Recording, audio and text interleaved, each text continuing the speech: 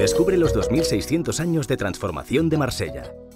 Fundada por los antiguos fenicios, el famoso puerto es hoy una elegante puerta hacia el este.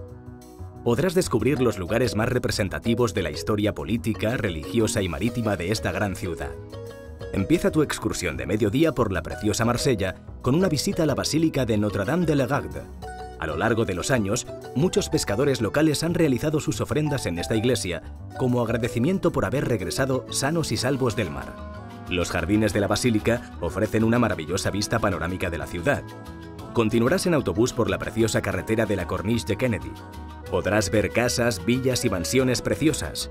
Podrás disfrutar de una espléndida vista del mar y del elegante castillo de If. Se realizará una pausa para que puedas hacer fotos de las preciosas islas que custodian la entrada a Marsella. La excursión continuará hacia el Palacio Longchamp. Podrás ver el exterior de este monumental castillo, adornado con grandes fuentes, cascadas y jardines. Mientras te diriges hacia Vieux-Port, pasarás por la Cannebière, la avenida principal de la ciudad. Podrás pasear por el antiguo puerto y por el corazón de la ciudad, donde podrás ver el ayuntamiento y los fuertes de San Juan y de San Nicolás. Si el tiempo lo permite, dispondrás de tiempo libre para hacer compras antes de volver al barco.